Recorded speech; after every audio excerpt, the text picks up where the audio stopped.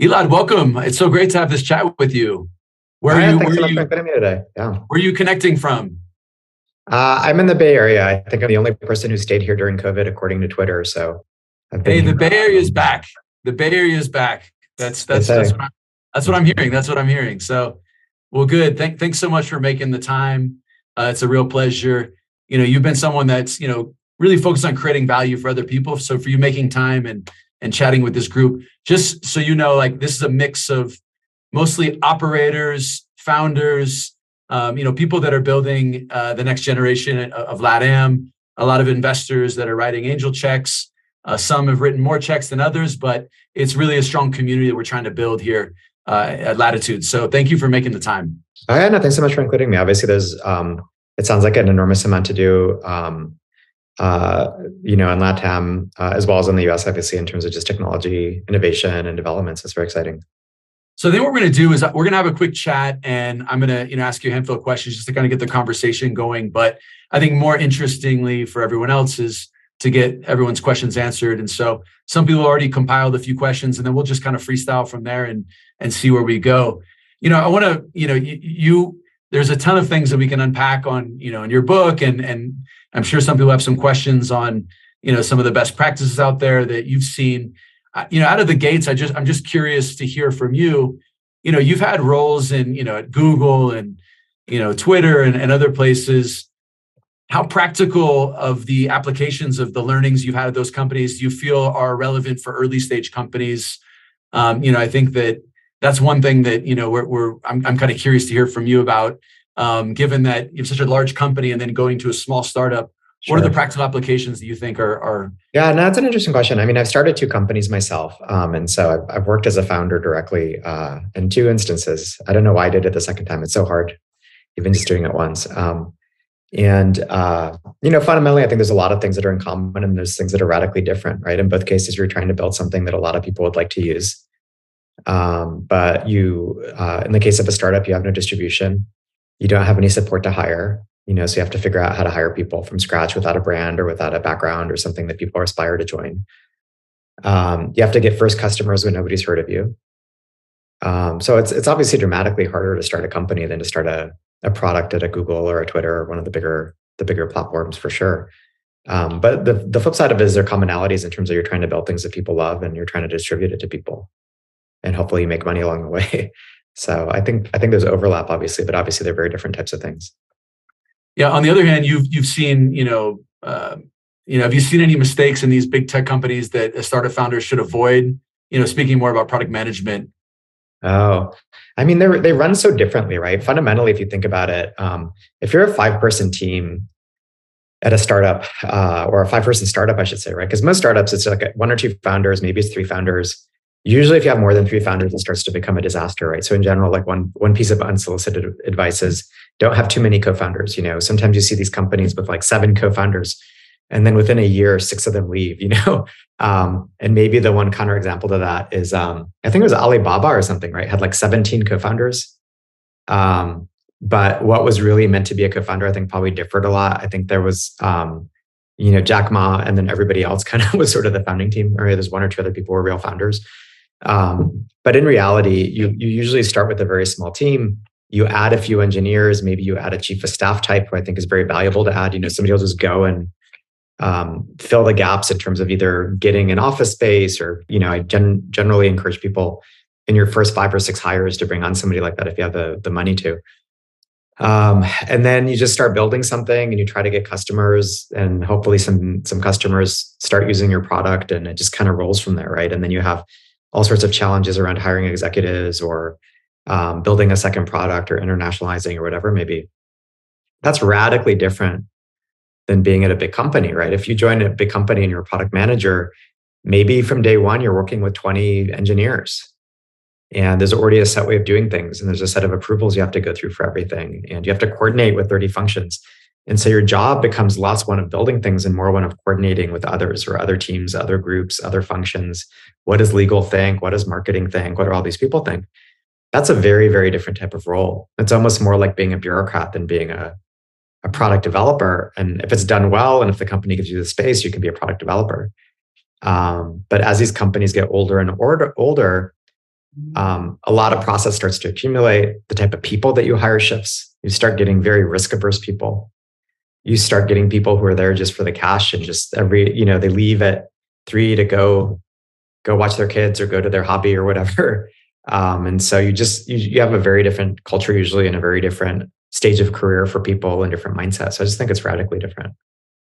Do you think, I've got a handful of other questions that I'm going to, defer to the group here, and we'll kind of dive a little deeper. These are some more general, broader questions, and then we'll get more into angel investing specifically. And I should say, by the way, those are those companies today. I think when I joined them, Google went from 1,500 people to 15,000 people in 3.5 years. And it's now it's almost 200,000 people, right? So it's massively larger now. But, when it's 1,500 people, it was still pretty nimble. At 15,000, it really was starting to slow down. When I joined Twitter, it was 90 people. And we helped grow it to 2,500 people over 2.5 years or 3 years. And then it shrank, and then it grew to 8,000, right? Until Elon Musk took over, and now it's back to 2,000. And probably the right size for it is about 2,000 if you look at the complexity of the product and what they're doing and the type of commercial go-to-market that they have. But we have been through a period of massive overhiring in tech in both big companies as well as startups. And so, that was actually my next question. You jumped to it on this overhiring. I mean, clearly, the big tech. You also think the small tech companies, just excess capital. What happened? Is it pre-product market fit, overhiring, and then where do you think specifically on that segment of early stage? Where do you think we went wrong, and what was the biggest mistakes you saw commonly? Yeah, I think in general, people raised a lot of money over the last 2-3 years, and basically what happened is people got 1 or 2 like what I'd call free rounds, where they didn't really have any progress, but they got their Series B and their Series C without doing much, because people just showed up with money. And what used to be, and by used to, I mean, before COVID, I don't mean, 30 years ago or something, but what used to be is that a company would raise a round every 12 to 18 months, and that'd be considered good. So if you're on a 12 to 18 month cycle, it meant that every 12 to 18 months, you had the next step up in what you've done and created. And so you'd get a higher valuation that was 2 to 3 times higher than the prior round. And so if you'd raise a pre-seed, maybe that's the fastest one. 6 to 9 months later, you do a seed. And then a year later, you do an A. And then 12 to 18 months later, you do a B. And then 12 to 18 months, et cetera. And during COVID, these cycles collapsed. And some people would raise the pre-seed and the seed at the same time, just depending on how much they liked an investor, they put them in one or the other. And then they'd raise an A 3 to 6 months later. And then they get preempted into a B 3 to 6 months later. And then maybe they'd even do a C, right? And so suddenly you had 5 rounds or 4 rounds of fundraising in 12 to 18 months instead of 4 or 5 years, right? And so you were overloaded with capital. And a bunch of people fooled themselves. And by people, I mean the investors who backed it and the founders who were driving these companies, they fooled themselves into thinking, because I got this round, it means I've hit a certain level of progress. And therefore, let me hire more people. And so you ended up with these companies with, I think the most famous example was a company called Fast that grew to about 500 people and then, just shut down. And the rumor or the press said that they had like less than $1 million in revenue, right? With 500 people. And so, a lot of startups ended up overhiring. Big tech really overhired, right? So you look at Facebook, it went from 44,000 to 88,000 people in 2 years. And then when they laid off 11,000 people recently, that put them back to February, March of the year. They just shrunk 6 months worth of growth. That's nothing, right? And so you see that and you're like, okay, all these things are bloated. Google, same thing. They went from 110 to 190,000 people in 2 years. What were those 80,000 people incrementally doing? It's a little bit unclear, right? So I think there's just been a period where there's really available capital. Everybody reacted to it. And now people are partially dealing with it, but I think most companies aren't going far enough on it. And I think in the next 12 to 18 months, we'll see a really big shift for the smaller companies. I don't know what will happen with the bigger companies because their business models are so good that they can afford to have all these people, whether they need them or not. Yeah, it's going to be interesting to see. I mean, if you're printing money, then you can sustain. But if you're struggling to kind of generate revenue, yeah, you're going to be in a. Mateo asked, what were those people doing? Vesting and resting, maybe. I don't know. I mean, I think a lot of large tech companies are, you look at it, there's probably 10% of people who are killing themselves just working really hard, right?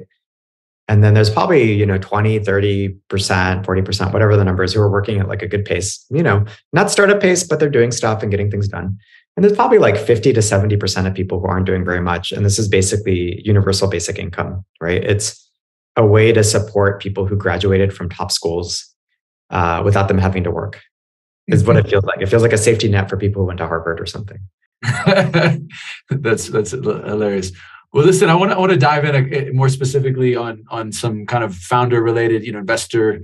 We've got a handful of folks here that are, some that have done, a handful of checks, others that are earlier in their kind of investing phase. But there's always that big debate about, the market size over kind of founder quality. What's your take on that? Yeah, I think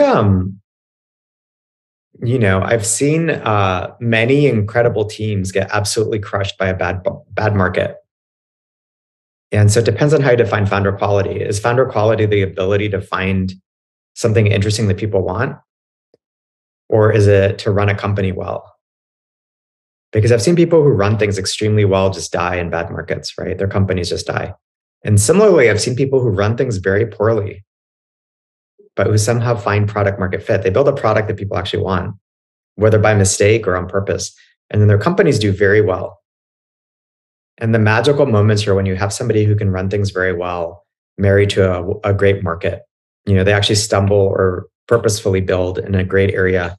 And then they have the ability or wherewithal to continue to scale up the company from that point on. And that's when you have a Google, or that's when you have a Stripe, or that's when you have one of these sort of generational companies.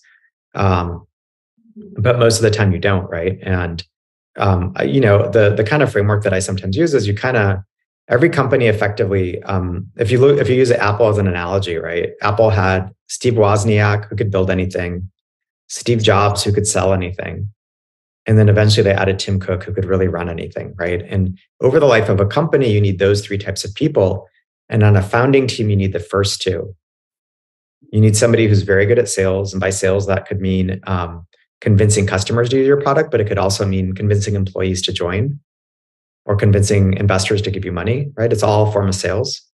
And then you need people who can actually build something, right? And then later, as the company starts working, you really need somebody who can run things better to fill out the team. And that's when you start hiring professional executives. And so usually I think you kind of need that combination. But again, if you don't find product market fit, it doesn't matter how good those people are. Yeah. You don't need anyone optimizing something that hasn't, been proven. It says, can you share a bit of your framework to identify great startups like the, many unicorns you've invested in? Do you use any pattern matching? Maybe just give us a general view of, kind of your system.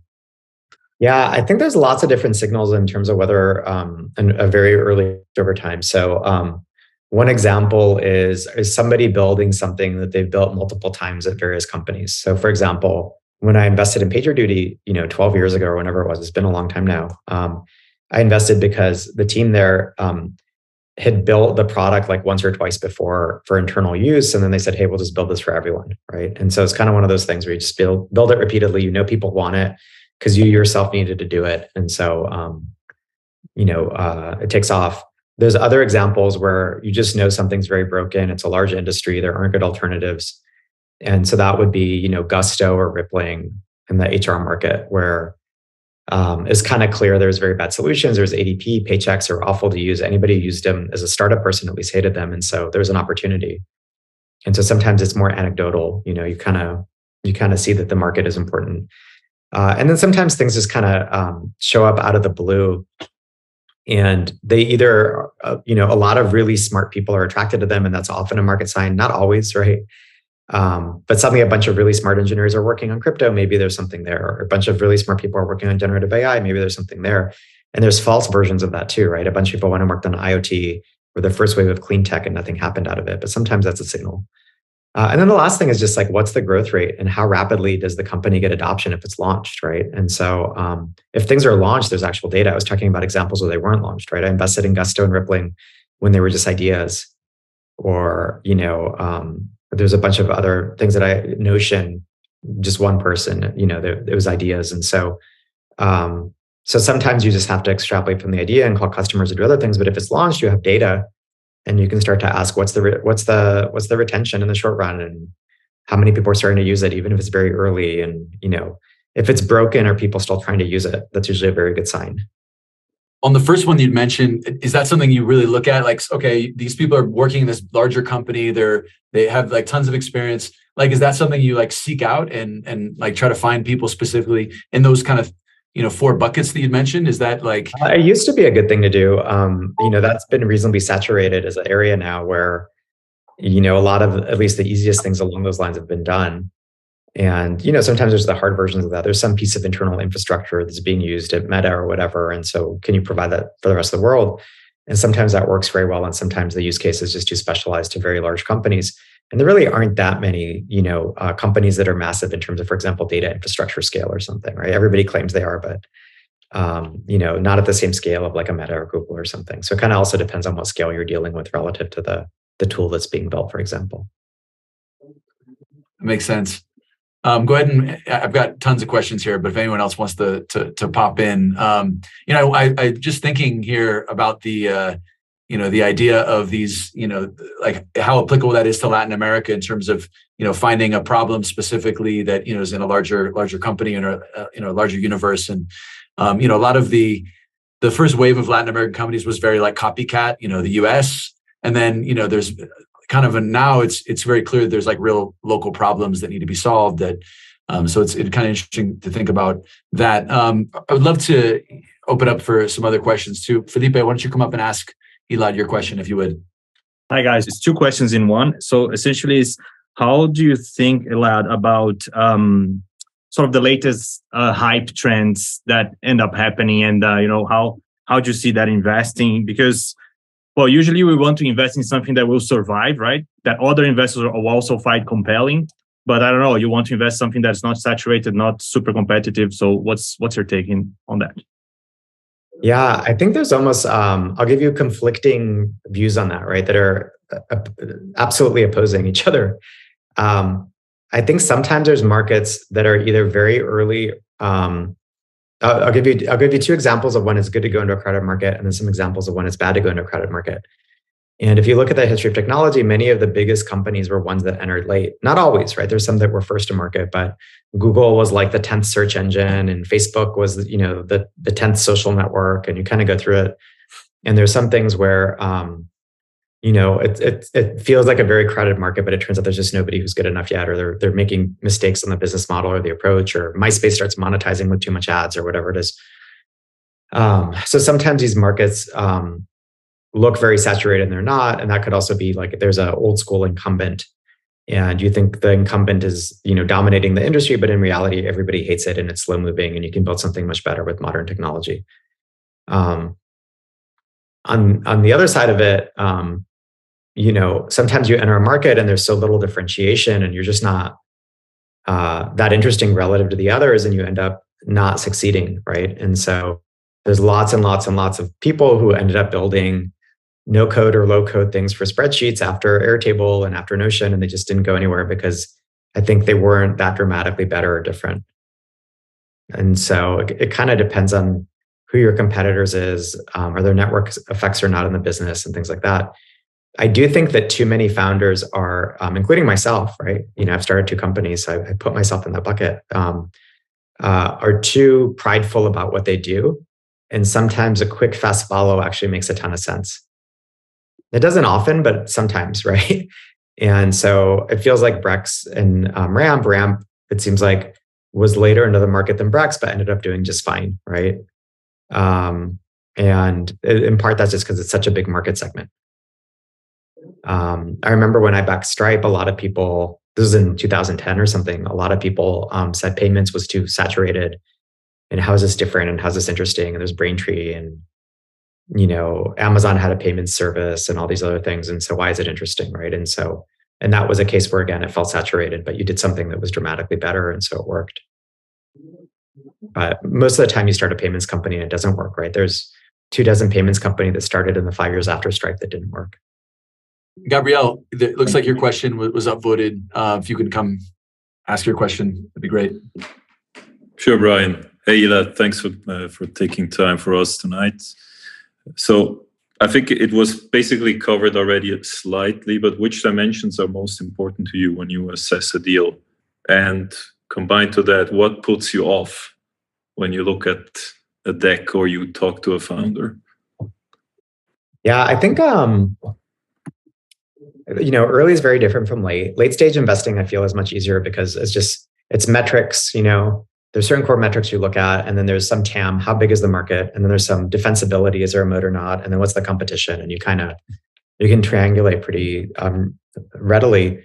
For early stage, I think the way I differ from a lot of people who get involved with early stage companies is that I focus a lot more early on the market than the team. And obviously the team is incredibly important, right? Like I started 2 companies. So if I know how important the people are, but in a bad market or bad product market, these great people get destroyed, right?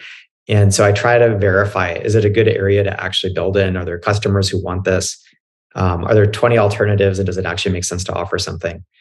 And then if the market and products seem okay, then I'll look at the team. And every once in a while, I'll make an exception to this, right? I'll invest in some of these because I think they're really smart or good. But usually I want to look at the product and market first. And then after that, it's the team. And then on the team side, it's this sort of, is there somebody who can sell something and somebody who can build something? And it's usually the same person. And sometimes there isn't, and it's okay because it's a developer-centric product that's product-led growth, and it'll grow anyhow if it's good enough, right? Are the people, do they learn rapidly? Do they know when to listen and when to ignore? Because you'll get all sorts of advice, and often the advice will be wrong, right? So you need to know when to ignore people who give you advice, but sometimes they're right too. And so do you at least have some logic behind why you choose one or the other, whether it's correct or not? Are they growing at a good pace? You meet them 2 months later and they've advanced in terms of how they think about the world. Have they made themselves experts in the area that they're working on? Or are they very shallow in their understanding of things? So it's a bunch of stuff like that. I do like reference checks and stuff, Quick follow-up on that. So, it's interesting because a lot of people, mostly early stage investors, oftentimes focus on the person more than the market. That's all they talk about. Yeah. That's like, if you were to ask that to 100, and here you are saying that the market is more important. 99 people would say it's the team, right, for early stage. Yeah, that's like the conventional wisdom is like, oh, the team is the most important thing, right? Like you ask any VC and they'll always say the team. And sure. One question on the market is that given that you're investing in such an array of different topics, like how do you become so dominant about dominate the topic so well where you can spar with the founder to the degree that gives you, you're probably smarter than I am, but that seems really hard. Yeah, no, I by no means ever would claim that I know more than a founder would in terms of an area they're working in, because if you're living and breathing it every day, you're going to know dramatically more than I ever will, right? And there are products that I've started myself that I lived and breathed every day, right? And so there are some areas where I have some domain expertise, but a lot that I don't. I think the key thing is that number one, can you talk to customers? And so you can actually see, do people actually care about what they're doing? You can see it in metrics sometimes. Again, if it's launched, you can see it in the data sometimes. Not always, but sometimes. And so you can kind of extrapolate. Or again, if you've personally had experiences, or people who've had experiences where they really need something, then sometimes it's very clear. And that's the easy stuff.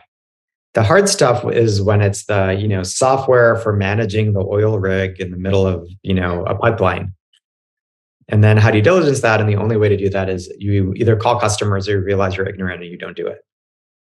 But I think saying, wow, this founder is so smart, I better back them in this oil rig software company, that sounds kind of bad to me, right? That doesn't seem like a very good idea.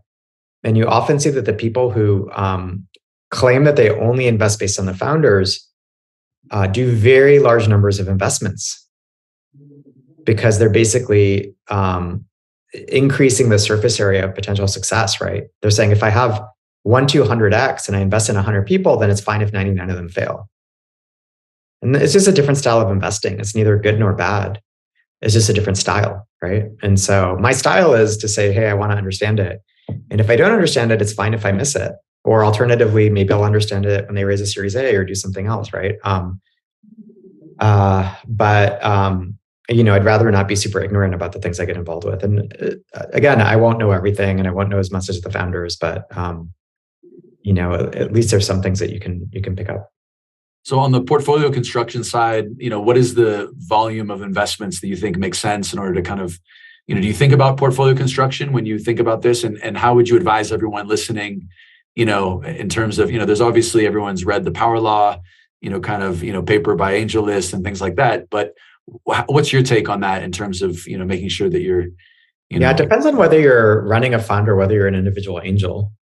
If you're an individual angel, it depends on whether you're investing only early or if you only invest late, right? Some people are operators at scale will also invest late, or some people just invest late either way. If you're only investing early, you need a big enough portfolio that the outlier will help dominate, because otherwise you'll lose all your money. For most people, every once in a while you come across somebody and they've made 6 investments and 4 of them are great, right? But most of the time people will make 10 to 20 investments before they hit something that works very well. And by the way, I should say that's pre-COVID data. During and even before COVID, 2018, 2019, there was so much money flushing around. The companies kept going when they should have died or exited. And so everything kept going for much, much longer than it should have. All these things survived that shouldn't have survived. And so you didn't have any startup deaths. And so portfolios all look great, right? But we're going to see all these deaths coming now in the next 12 to 18 months, because everything that was backlogged is going to go, right? Because they won't be able to raise more money. And we'll see lots and lots and lots of exits in M&A over the next 12 to 18 months. So, usually the advice is do 10 to 20 investments, roughly do them the same check size. And hopefully you'll hit at least 1 or 2 things that work really well, so they more than cover up all the failures that will undoubtedly exist in a normal portfolio. Just late, it's a little bit different, but I think everyone here is more kind of on the early stage investing side. How do you, if you were to say like where you add the most value to founders, like, or if you were to guess what the founders say about you, what would they say?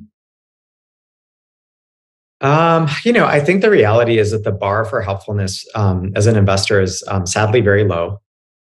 So sometimes founders will tell me, you're our best investor, our most helpful investor. And I'll say, that's awful. How could that be how's that a positive sign on the state of the world? I think that the reality is, if I were to graph out startup help needed over time, right, or by stage, early on, it's very spiky. It's like, hey, help us hire somebody and close them. Or, hey, we're firing somebody for the first time. We don't know what to do. How do we do it? Or we're raising a round. Can you give us advice on it? And so you end up with these intense bursts of help, but it's not like you talk to them every day, right? The people who claim that they call companies they're involved with every single day, like the same companies, they must be nagging those poor founders, right? Like when I was running companies, I would hate it if an investor kept calling me, when I didn't want them to. And then eventually the company starts working and everything starts breaking because you don't have an internal team usually to take care of it. And you need to hire executives. And that's when you need a lot of external help. And then eventually you hit a point where you hire in the really good executives and everything calms back down and the help you need is spiky again. So I think there's kind of that life cycle to help from investors or from external parties in general.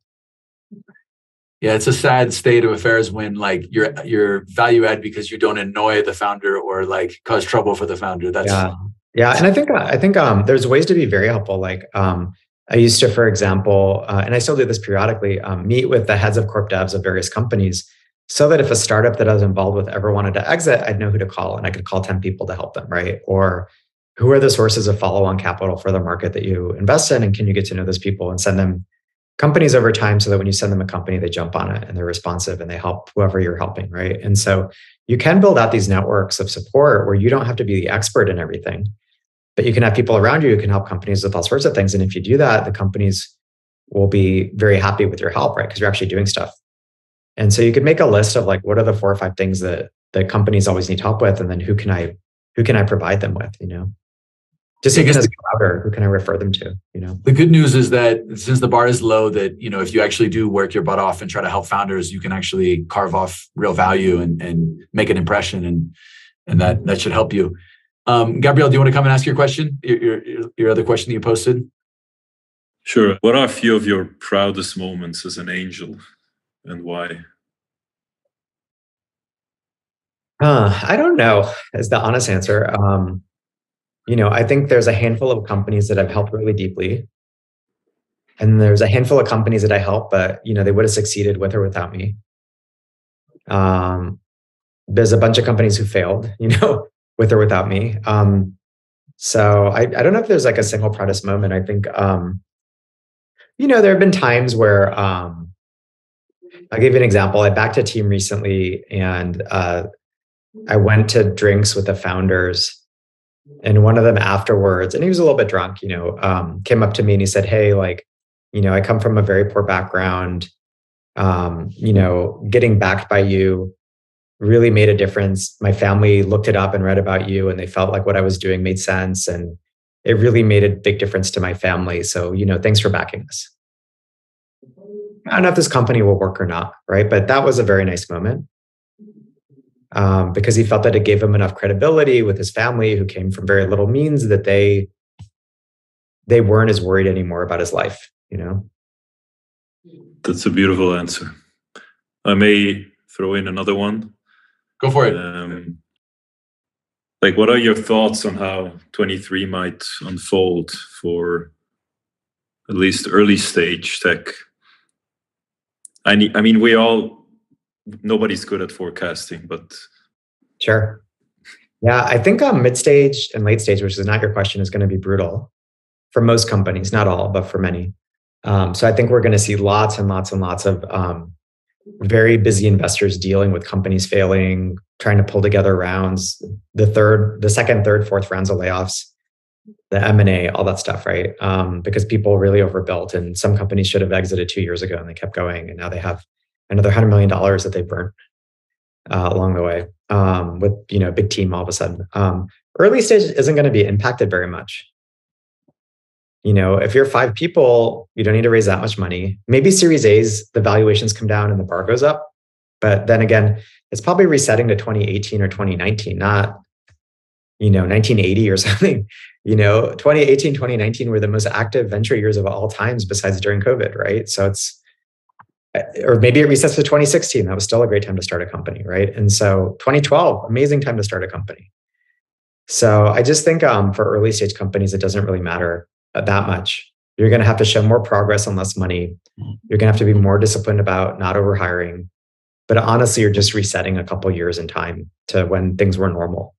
The 2018, 2019. So I don't think it'll matter. You just build some product, you find some customers. Or maybe, the one way it may matter is if there's a recession, your customers may be slower to buy depending on your product. For some products, it may be faster. And that may just mean that your revenue takes a little bit longer to accumulate, and therefore you should be more cautious about spending. But other than that, it doesn't matter. Thanks, Elad. Thank you. Mateo, why don't you come up and ask your question?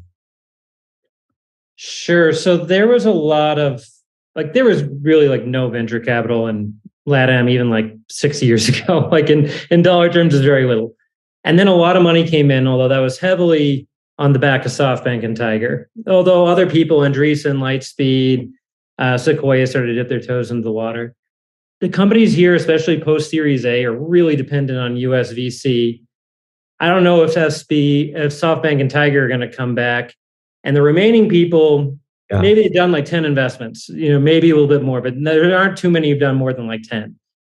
What do you think it's going to take for those people who are just dipping their toes in the LATAM waters to look at LATAM again and help us lead these Series B, Series C rounds in the absence of the usual suspects, which before were SoftBank and Tiger? Yeah, that makes sense. So I am by no means a LATAM expert, right? So my comments will not be specific to LATAM. They'll be a little bit broader. And my general viewpoint is that in times of up markets and potentially excess, people start doing a lot of things that they wouldn't do in a down market, simply because they become more focused. There's opportunity cost to capital. A lot of things shift. They're not fighting everybody for everything. At the same time, there's companies in LATAM that have grown really nicely over the last decade or two, Mercado Libre or things like Rappi, or there's a variety of different companies. And so that shows people that they can invest in the region and have good exits or good outcomes, right? And so I know I thought Excel started doing more stuff in Brazil and maybe Mexico for a while. There's a couple of different firms that started doing more stuff even before all this stuff, right? like Kevin Ifrusi, I think, was doing things as well. But I do think there will be a period of retrenchment for everything, right? Every sector and every part of the world will see things slow down in terms of the velocity of money and deployment and investment. But if you have good core metrics and you're growing at a good clip, you should be able to find capital to support it in the US. But if your metrics are so, you're increasingly unlikely to get funded anywhere. And if you're outside of the US, it's going to be much harder than if you're in the US. The hard thing is sometimes the so-so companies become spectacular. But on average, the companies that I've been involved with that have worked have tended to work pretty fast. There's kind of a myth of if you grind for 7 years, eventually it should work. And I think that's kind of a really bad thing to tell people because it's not usually true. Usually if you grind for 3-4 years and nothing's working, it never works. And depending on your market, it may be faster than that. And so I think you can usually tell pretty quick if the thing's going to work. And again, that's not conventional wisdom in startups, right? The advice is always just keep going no matter what. And for a year or two, maybe 3, that's true. But after that, I think it becomes decreasingly true. Matteo, if I can add to your question too, I think that one kind of additional thought is that despite not having a lot of local capital, I mean, local funds have raised now multi-billion-dollar funds, right? That didn't exist before. And so, you look at Kazakh, Monashis, Valor, these are all multi-billion-dollar funds now.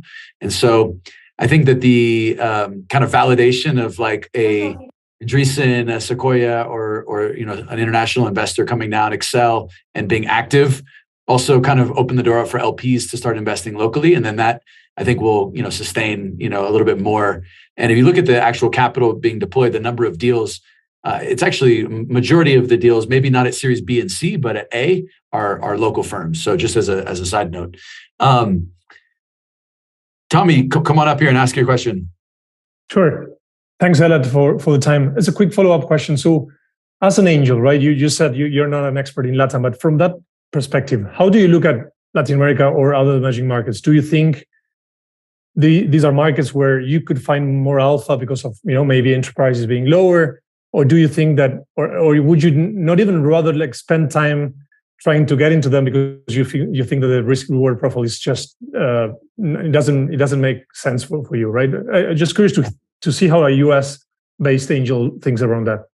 Yeah, I think it really depends on who it is, right? Because some US based angels are very happy to invest in Latin America. A good example would be Sarab at DST, does a lot of personal investing in Latin America.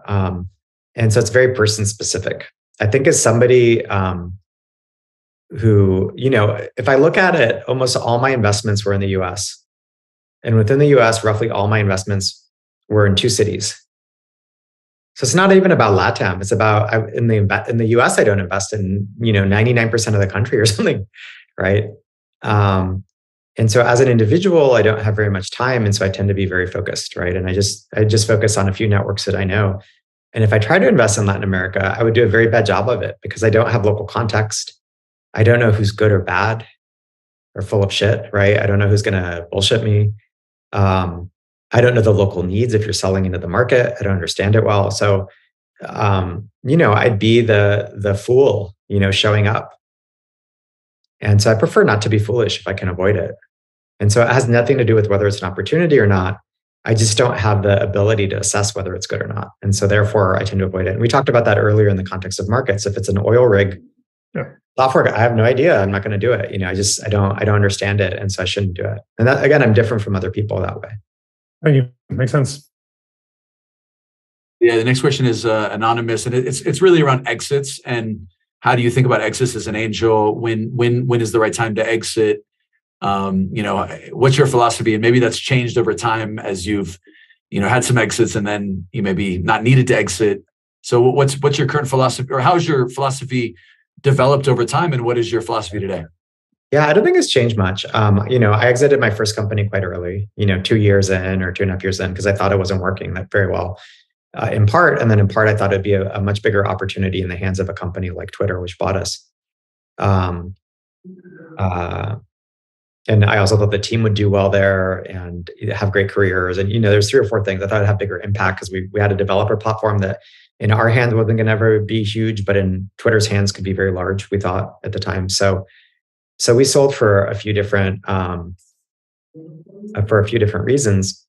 And in general, I think if you sell early, you should sell to a company that you think will grow a lot for two reasons. One is, I'm making up a number, $10 million exit. If the company 10Xs is a $100 million exit. Right. And so it's way better to sell to somebody who's growing themselves. And before valuations went crazy during COVID, it was easier to get that upside if you sold to the right company. But then also career-wise, it's much better because technology circles are very small and tight-knit, and the same people work together over and over and over again, which means if you sell to the right company, you end up knowing some amazing people, and then you become an angel in their next company, or they become an angel in your next company, or you help each other start something or whatever it is. And so the small networks really matter. And so who you sell to matters a lot. If you can control it, otherwise you can just sell if you need to. The reasons to sell, there's usually 4 or 5 reasons. Number one is your thing isn't working and you're running out of money. Reason number 2 is you see a competitor that you're really scared of legitimately coming, and you should exit before they crush you and while you can still get a good outcome. Reason 3 is you're tired. You're just exhausted. You can't do it anymore. You can't think about it. You don't know who to bring in instead of yourself, et cetera, right? Or maybe you can't find anybody to bring in. Reason number 4 is somebody pays you so far ahead that how could you not take that deal, right? You're going to dilute a lot. You're going to work on it for 7 years further, and you'll end up at the same space. Why not just take the exit, right? So there's a financial driver. And sometimes it's just like the impact. You know what? In the hands of somebody else, this will do much more. I think those are multiple reasons people sell, What about from the perspective of an angel investor around, you exiting those investments? Do you wait till the very last moment till it's, going to be public? Do you sell in subsequent rounds? Is it just based on price? What's your general philosophy as an investor? Yeah, I think it kind of depends on your context, because if you selling would really offend the founder,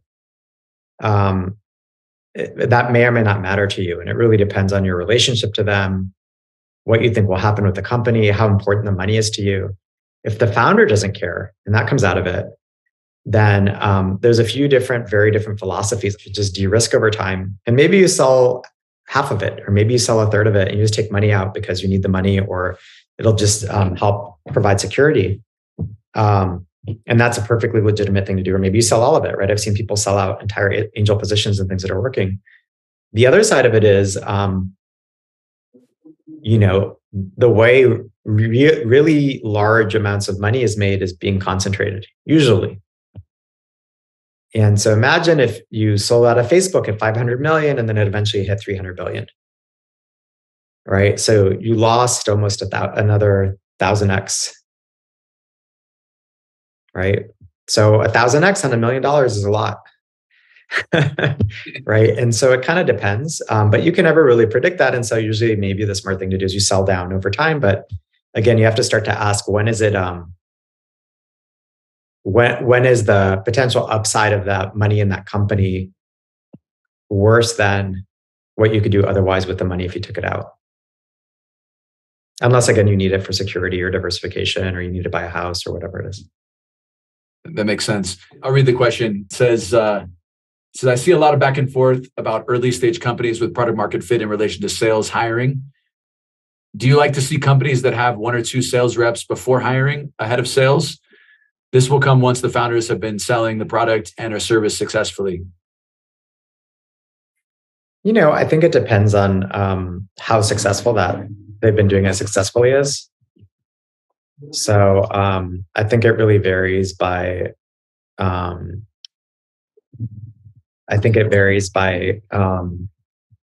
the sort of magnitude of revenue and all the rest. I don't always think you should just hire 1 or 2 salespeople. I think sometimes it's good to bring on a head of sales early, but I think it's very contextual. So I don't have a strong opinion on it.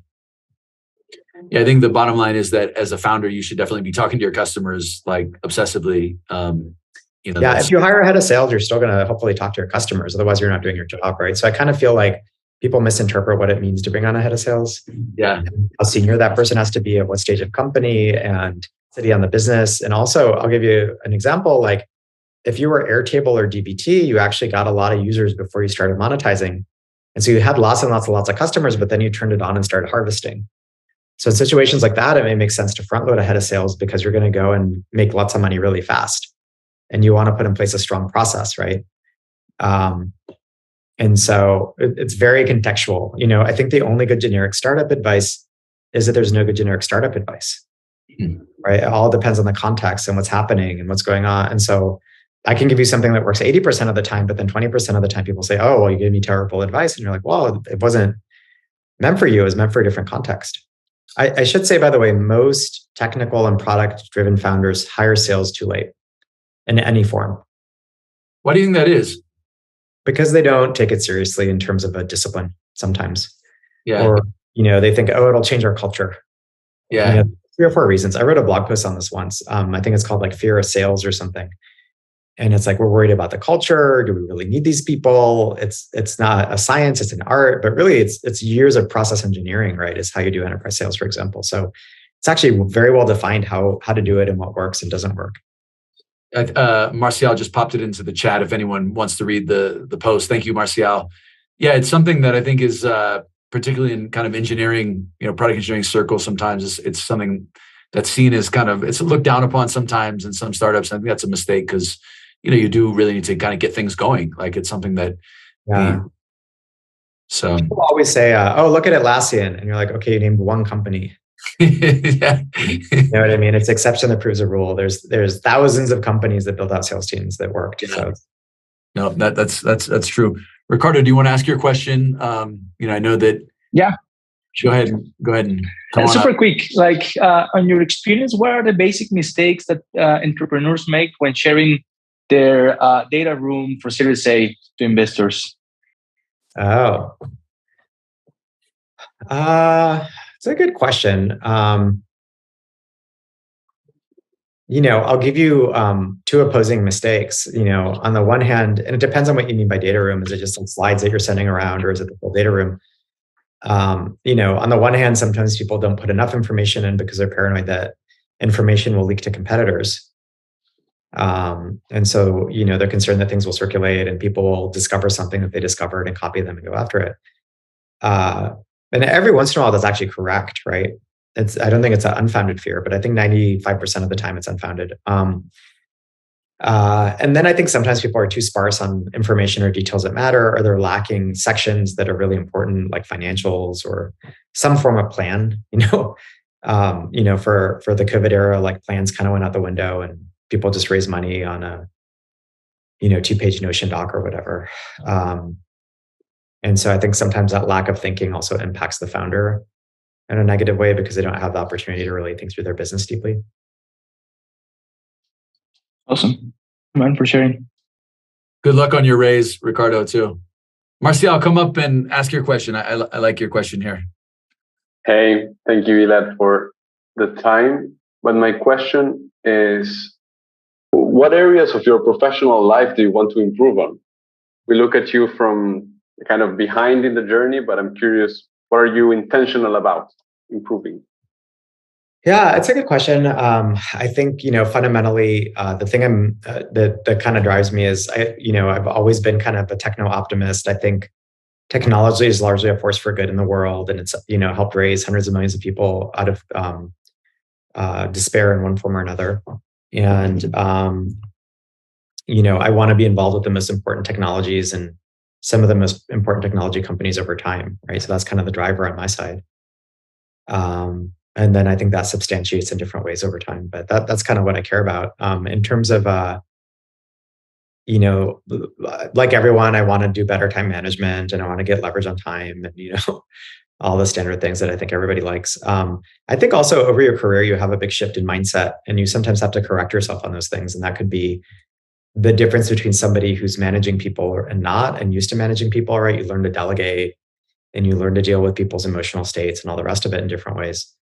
But similarly, early in your career, there's a really good reward system in some sense for saying yes to everything. Yes, I'll help my friend's startup. Yes, I'll help this other person. Yes, I'll help this person with their job search, whatever it is.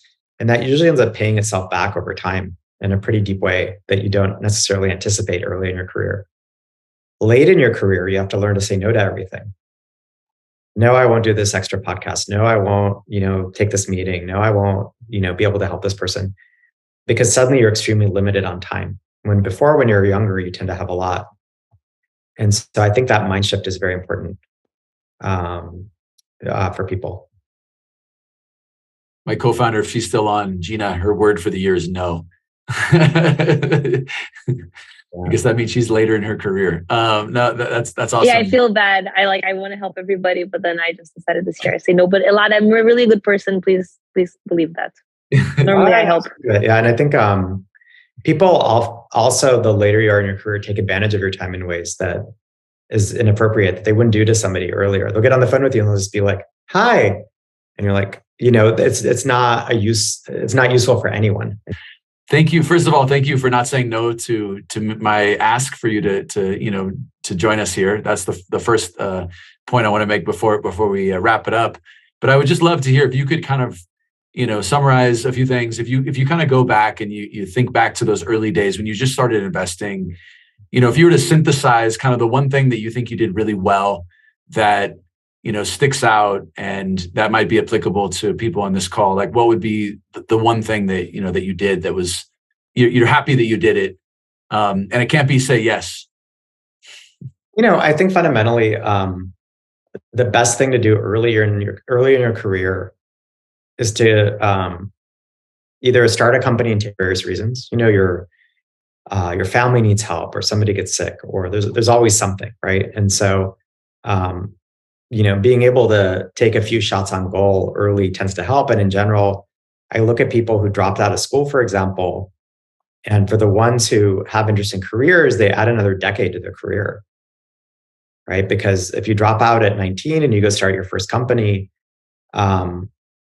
you may have saved 4 to 8 years relative to other people, maybe more than that, right? In terms of trying. And then you can always go and get the big company job or go back to school, depending on your school or things like that. And so you have this extra span of time if you're very motivated and driven to do something like that. So I think the first thing is early in your career, it's both good to take risk, but if you're not taking risk, then the best thing to do is to go to a breakout company. And it's a company that's clearly working. It's in the tens to low hundreds of people. And there's growth opportunities everywhere. There's a great network of people everywhere. And joining the right network early and the right platform early makes a huge difference. It really accelerates people's careers. So I think that's a very important thing. And for me, that was joining Google, right? It was, it was sort of the right thing to do in that moment. And it really, I think, helped accelerate me because I got to know a large network of people who eventually ended up going and doing all sorts of interesting things. I got to work on really interesting projects at scale. I got to start new things. And I think that really helped me when I started a company. Tongue in cheek, Tommy asked great advice. He said, have you ever invested in any time travel startups? Apparently, he wishes he had that advice back when he started. Listen, just to wrap up here, super appreciative of your time, your willingness to share your experience. And I have one last question for you. Have you read the LATAM Tech Report? Have you seen it? No. But again, it's back to spending time on things that you need to spend time on. So I'm unfortunately very crushed on. Okay, that's all right. It's all right. I'm going to send it to you anyway. And if you are on a long flight, across the Atlantic, maybe you'll peruse through it. But it'll give you less of an excuse to not. I know that LATAM is not your focus, but we would love to have you down occasionally and have you a little more exposure to the region. Hopefully, we can close the gap in terms of what's happening because there's some exciting stuff and we would love to share it with you. So, but thank you for sharing your knowledge with us and your experience, and we're really grateful for that. Yeah, thanks for the time. Thanks so much for including me. So, gratitud. Thank you.